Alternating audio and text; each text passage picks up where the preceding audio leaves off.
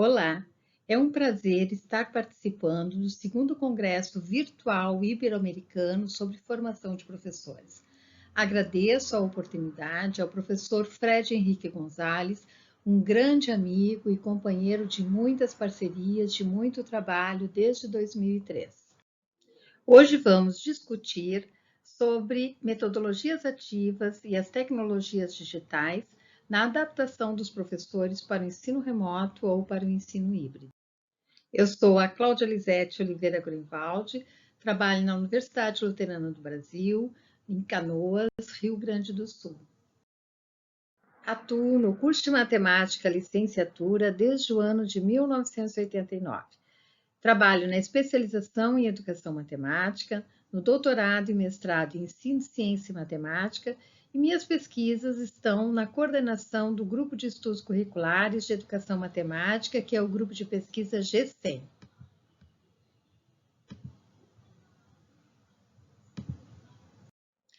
Com a pandemia do Covid-19, que iniciou em março desse ano, os professores e os estudantes tiveram que adaptar-se a uma realidade educacional diferente da usualmente desenvolvida na educação e também na educação matemática, em todos os níveis de ensino, no ensino fundamental, ensino médio, ensino superior. Tal momento da educação faz surgir desafios inéditos, pois o ensino remoto exige dos professores planejamento com a utilização de metodologias diferenciadas e com recursos. É importante salientar que o processo de ensinar e aprender em matemática foi pautado por um longo período na perspectiva didática em que a ênfase estava centrada no papel do professor e no planejamento didático organizado por meio de conteúdos que eram apresentados de forma generalizada, e os alunos deveriam memorizar e reproduzir tais conhecimentos. Essa forma de desenvolver o conhecimento matemático tem sido investigado, resultando em muitas críticas, pois os resultados não foram os esperados e os estudantes não apresentaram desempenho satisfatório. Citando Berbel, informações não são suficientes para que as pessoas possam, com a contribuição da escola, participar de modo integrado e efetivo da vida em sociedade. Segundo Berbel, embora imprescindíveis, as informações em si teriam, quando apenas retidas ou memorizadas, um componente de reprodução, de manutenção do já existente, colocando os aprendizes na condição de espectadores do mundo. Nesse sentido, as metodologias estão em transformação, de forma que motive e estimule os estudantes na busca da sua aprendizagem, onde esses sejam agentes ativos e comprometidos com o seu aprender. As reflexões levam a um planejamento didático para o desenvolvimento de competências e com metodologias didáticas denominadas metodologias ativas. Metodologias que valorizam a participação efetiva dos estudantes na construção do conhecimento e no desenvolvimento de competências, possibilitando que aprendam em seu próprio ritmo, tempo e estilo, por meio de diferentes formas de experimentação e compartilhamento, dentro e fora da sala de aula, com a mediação do professor, incorporando os recursos digitais. Entende-se que tais metodologias, nesse período de ensino não presencial, representam possibilidades de desenvolver a educação matemática. Porém, entende-se que muitos estudantes não têm acesso aos recursos de informática necessários, o que amplia as desigualdades já existentes no país, ampliando as dificuldades de um ensino de qualidade para todos. Os desafios são inerentes e não há como fugir dessas discussões e reflexões. Portanto, considera-se que as metodologias ativas, integradas com os recursos digitais, podem ser um caminho difícil, mas necessário neste momento de ensino não presencial. Minha experiência tem mostrado que as competências de colocar-se no lugar do outro, a questão da empatia, responsabilidade, colaboração, cooperação, resiliência, comunicação, são competências extremamente importantes para se viver na vida moderna. Nesse sentido, a escola precisa possibilitar caminhos para o desenvolvimento de tais competências. E um desses caminhos na minha visão, são as metodologias ativas.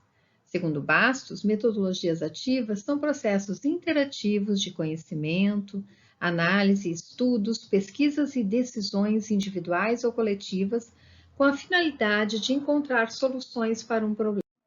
Para os autores Mitre et al., as metodologias ativas utilizam a problematização como estratégia para o desenvolvimento do processo de ensino-aprendizagem, com o objetivo de alcançar e motivar os estudantes, pois diante do problema ele se detém, examina, reflete, relaciona os conhecimentos que já possui e passa a ressignificar suas descobertas, entendendo que a problematização pode levar o aluno ao contato com as informações e à produção do conhecimento. O objetivo desse modelo é incentivar os alunos para que aprendam de forma autônoma e participativa, sempre que possível a partir de problemas e situações reais. A proposta é que o estudante esteja no centro do processo de aprendizagem, participando ativamente e sendo responsável pela construção do seu. São muitas as possibilidades propostas com esse olhar das metodologias ativas, com potencial de levar os estudantes à aprendizagem para a autonomia, como a resolução de problemas, estudo de casos, projetos educativos, sala de aula invertida, rotação por estações. Tais metodologias são possibilidades do educar pela pesquisa por meio do questionamento reflexivo, segundo Demo. Nesse sentido, o papel do professor deve ser de um orientador de trabalhos. Deve agir como mediador do processo de ensino e aprendizagem dos estudantes. A principal ação do professor, ao utilizar metodologias ativas, deve ser o planejamento didático, com o objetivo que os alunos sejam agentes do seu aprender.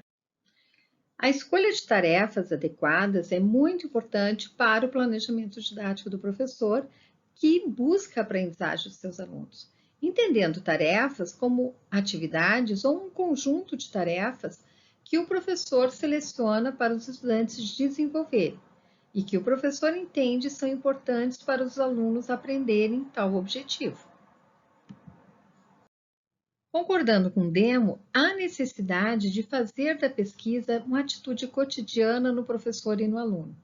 Ter na pesquisa como uma atitude cotidiana, com o objetivo de ler a realidade sempre criticamente e de reconstruir processos e produtos específicos, onde a educação é para formar a autonomia crítica e criativa do sujeito histórico competente. Importante falar sobre o conceito de competência, entendendo competência como um conjunto de habilidades, conhecimentos e atitudes. Para Jonaert, é a forma como os sujeitos gerenciam os seus recursos cognitivos e sociais na ação em uma determinada situação. No projeto DESECO, realizada pela Organização para a Cooperação e Desenvolvimento Econômico, competência é mais que conhecimentos e habilidades. É a capacidade de enfrentar demandas complexas em um contexto particular, um saber fazer complexo, resultado da integração, mobilização e adequação de capacidades, conhecimentos, atitudes e valores utilizados de forma eficaz em situações reais. Ainda citando a OCDE, competência supõe uma combinação de habilidades práticas, conhecimentos, motivação, valores, atitudes, emoções e outros componentes sociais e de comportamentos que são mobilizados conjuntamente para obter uma ação eficaz. A noção de competência envolve dois processos: a transferência de conhecimentos e a mobilização de recursos de que dispõe e está relacionada à ação, segundo Silva. Entendendo novamente, frisando que competências são conhecimentos, são atitudes, são habilidades. Conhecimentos é saber, atitudes é querer fazer e habilidades é saber fazer. Citando Perrenot, recursos são conhecimentos processuais ou procedimentais, saberes oriundos da experiências ou de lembranças que se referem ao que se faz ou ao que se viu fazer em situações comparáveis, saberes teóricos para mobilizar um problema. os processos envolvidos e as estratégias disponíveis nesse processo. Saberes metodológicos que propiciam hipóteses para ordenar as questões, memorizar, comparar hipóteses, complementar e verificar dados, entre outros. Saberes para a busca de informações, conselhos, ajudas, pesquisas em bases de dados. Todos os saberes táticos e organizados. Em um sistema social global como o que nós vivemos atualmente, caracterizado pela complexidade, imprevisibilidade e interdependência, vários são os desafios que os jovens terão que enfrentar, segundo Sai Paixão. Para os autores, os desafios globais como crise econômica, problemas ambientais, conflitos sociais e econômicos exigem uma abordagem reflexiva e holística, evidenciando a necessidade de dotar os indivíduos de competências de caráter técnico, pessoal e de relações, que os permitam viver no mundo moderno. Ainda citando Hasse, 2018, as habilidades para o século XXI podem ser resumidas nos 4 Cs: colaboração, comunicação, pensamento crítico e criatividade. Novamente citando o projeto DESECO, o desenvolvimento e a manutenção do capital humano e social representam um fator importante para que as sociedades gerem prosperidade, coesão social e paz. E, sobretudo, gerenciem os desafios e as tensões de um mundo cada vez mais interdependente, global, em mudança e conflituoso. Segundo a OCDE, o capital humano não apenas desempenha um papel importante no desempenho econômico, mas também traz benefícios individuais e sociais, com melhorias na saúde, no bem-estar, na paternidade, além de maior engajamento social e político. O projeto DESECO chama atenção e aponta que a soma das competências individuais pode auxiliar na capacidade de atingir objetivos compartilhados, entendendo que objetivos e competências individuais e coletivas, onde as individuais incluem sucesso para os indivíduos, como emprego remunerado, renda, saúde, segurança pessoal, participação política, rede social. Já o sucesso para a sociedade inclui produtividade econômica, processos democráticos, coesão social, equidade e direitos humanos, sustentabilidade ecológica. Mas tudo isso exige competências individuais, competências institucionais, aplicação individual das competências para contribuir com o sucesso da sociedade para os objetivos coletivos. Foram definidas 8 competências consideradas igualmente importantes, interdependentes e complementares, segundo a Comissão Europeia. E saliento aqui as competências matemáticas e competências básicas em ciências e tecnologia. Competência digital, que envolve a confiança e uso crítico da sociedade da informação, tecnologia para o trabalho, lazer e comunicação. Aprender a aprender, capacidade e habilidade para procurar e persistir na aprendizagem, organizando a sua própria aprendizagem. Esse mesmo relatório foi ampliado em 2018 por recomendação da Comissão Europeia, cujo objetivo foi de melhorar o desenvolvimento das competências fundamentais para todas as pessoas ao longo da vida e promover as medidas necessárias para o atingir. Chama a atenção para que se invista nas competências básicas, nas competências empresariais e digitais, bem como nas competências linguísticas para que todas as pessoas possam participar ativamente na sociedade e na economia. Insta igualmente ao investimento nas competências STEM, que é o domínio das ciências, tecnologia, engenharia e matemática, de modo a alimentar a compreensão científica e aumentar o interesse nas carreiras da área STEM. Para que seja possível desenvolver essas competências nos estudantes, é muito importante que o professor esteja preparado para o desenvolvimento das metodologias ativas. É importante salientar que as metodologias ativas estão completamente fora do ensino tradicional. Nesse enfoque, o conteúdo está planejado para tirar os estudantes da passividade, levando-os ao centro do processo de de ensino e aprendizagem. Quero chamar a atenção aqui que as metodologias devem ser para que seja possível desenvolver as competências como responsabilidade, autonomia, gosto pelo aprender, gosto pelo estudo, perseverança para resolver um problema, criticidade e opinião própria. Para que o estudante seja ativo na sua aprendizagem, o professor deve mudar a sua forma de trabalhar. É necessário que o professor repense o seu papel dentro da sala de aula, deixando para os momentos da sala de aula atividades mais práticas e de mediação de atividades que sejam de aplicação de conteúdo.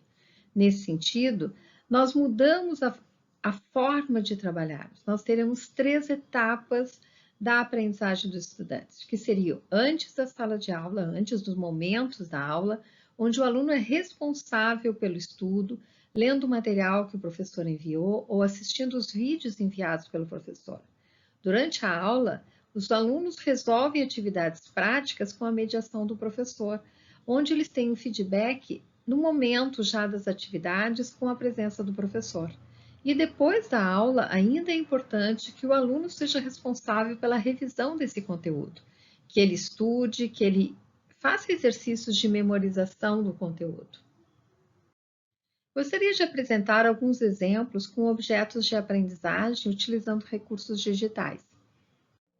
Como primeiro exemplo, gostaria de apresentar um simulador de um braço robótico, desenvolvido pelo professor Roma, que é um pesquisador do nosso grupo de pesquisa GECEM, e esse braço robótico foi desenvolvido no software GeoGebra. Ele possui alguns graus de liberdade, uma rotação transversal que permite a rotação do braço sobre o eixo principal, radial transversal com a movimentação de aproximação e afastamento da garra ou punho em relação à base. Os modelos desenvolvidos dessa simulação, evidentemente, são simplificados, evitando a sobrecarga do computador nos cálculos necessários para a movimentação do braço e diminuindo o grau de complexidade do problema em comparação com os comandos e cálculos necessários para a movimentação de um braço robótico real. O professor lança a seguinte situação. Em uma empresa, é necessário que um braço robótico, semelhante ao simulador, pegue peças, no caso a bola vermelha, que pode estar em qualquer posição. Discuta com seus colegas e simule os cálculos necessários para que o braço robótico pegue a bola. Sugestão: utilize a restrição do simulador para que a bola só fique posicionada no primeiro quadrante, no primeiro momento, até o aluno aprender os cálculos que deve realizar. As discussões são das possibilidades que devem escolher para os cálculos das situações. Que cálculos devem ser realizados? Primeiro, cálculo do tamanho do braço robótico. É o cálculo da hipotenusa no triângulo retângulo. Como foi possível observar, nós tínhamos a bola nas coordenadas 3 e 4. Então, primeiro se calcula essa distância. Aplicando o teorema de Pitágoras, nós vamos chegar a 5 unidades de comprimento. Em segundo, tem que se calcular o ângulo que o braço robótico deve girar. Neste caso, é o seno, por exemplo, o seno do alfa, que é 4/5. E o arco seno de 4/5, que é 0,9272. Importante que o aluno se dê conta que ele precisa ser representado em graus. Então, arco seno de 4/5 em graus, que é 53,13 graus. Deve-se informar o valor do tamanho do braço e o ângulo em graus no simulador. E o braço pega. Então, o braço robótico vai até a abscissa 4, gira 53 graus e vai até a bola, pega a bola e traz novamente ao vértice. Esse simulador e outros objetos de aprendizagem podem ser encontrados no endereço ppgsim.ubra.br/laboratório, que é o nosso laboratório virtual, onde nós colocamos à disposição dos professores os objetos de aprendizagem desenvolvidos no grupo GECEM para que o professor utilize com seus estudantes. Outro exemplo de objeto de aprendizagem que eu gostaria de apresentar, também desenvolvido no grupo GECEM, pelo professor Roma, e que demonstra as vantagens do uso de um objeto digital sobre objetos de lápis e papel é, por exemplo, o estudo da área do círculo.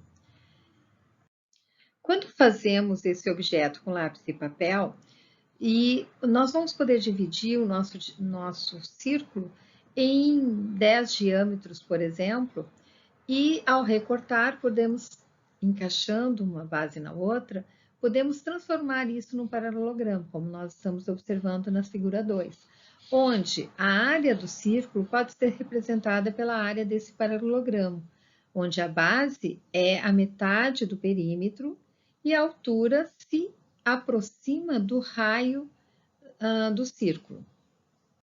Porém, quando estamos trabalhando com um objeto de aprendizagem desenvolvido com um software GeoGebra, nós podemos fazer, o aluno pode manipular esse círculo e fazer quantas divisões ele achar interessante, até ele poder visualizar que a área do círculo pode ser transformada em um retângulo, onde a base é a metade do perímetro, π vezes r, e a altura desse retângulo se aproxima muito do raio do círculo.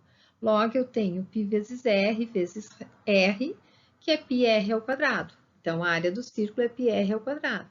Um terceiro exemplo que eu gostaria de apresentar são a possibilidade de desenvolver cenários de aprendizagem onde deve-se investigar metodologias e recursos para que os estudantes compreendam os conceitos. Vou apresentar um exemplo. Este cenário foi desenvolvido por estudantes de licenciatura em matemática, onde o objetivo era desenvolver o conteúdo de expressões numéricas. Resolveu-se que seria importante trabalhar com problemas. Então, neste exemplo, a Laura tinha R$50, gastou R$20 com lanche e metade do que sobrou gastou no cinema. Qual expressão ao lado indica a quantia que ela gastou no cinema? Então, o aluno deveria calcular a expressão que representa o problema e marcar. Caso acertasse, apareceria: parabéns, você acertou, vamos resolver. Para resolver essa expressão, é necessário diminuir o valor total de Laura do valor gasto. Nesse caso, é importante utilizar os parênteses. Transformar primeiro, saber o valor que Laura tem e depois dividir por 2. Depois de acharmos o resultado dessa subtração, deve-se dividir por 2, pois Laura gastou a metade do que sobrou. Dessa forma, iremos descobrir o valor que Laura gastou no cinema. Concluindo, as possibilidades do uso de metodologias ativas, utilizando tecnologias, podem ser um caminho que possibilite o desenvolvimento das competências exigidas para os estudantes atuarem no século XXI. Também representa uma possibilidade nessa época de ensino remoto. É importante que os professores se sintam confiantes em planejamentos diferenciados, utilizando metodologias ativas e utilizando os recursos digitais, e que os órgãos governamentais possibilitem estruturas para que os estudantes possam aprender e desenvolver as competências e conhecimentos exigidos para viver na vida contemporânea. Nesse momento, por meio do ensino remoto e, futuramente, presencialmente ou por meio do ensino híbrido. Algumas referências utilizadas para essas discussões. Muito obrigada pela oportunidade de estar nos mostrando o nosso trabalho. Reforço o endereço para vocês encontrarem nossas sequências didáticas por meio dos cenários de aprendizagem e dos nossos objetos de aprendizagem. O endereço é ppgsim.ubra.br/laboratório. Também, se tiver interesse, deixo o meu e-mail à disposição para qualquer dúvida. claudiag@ubra.br ou claudiag1959@yahoo.com.br. Um grande abraço.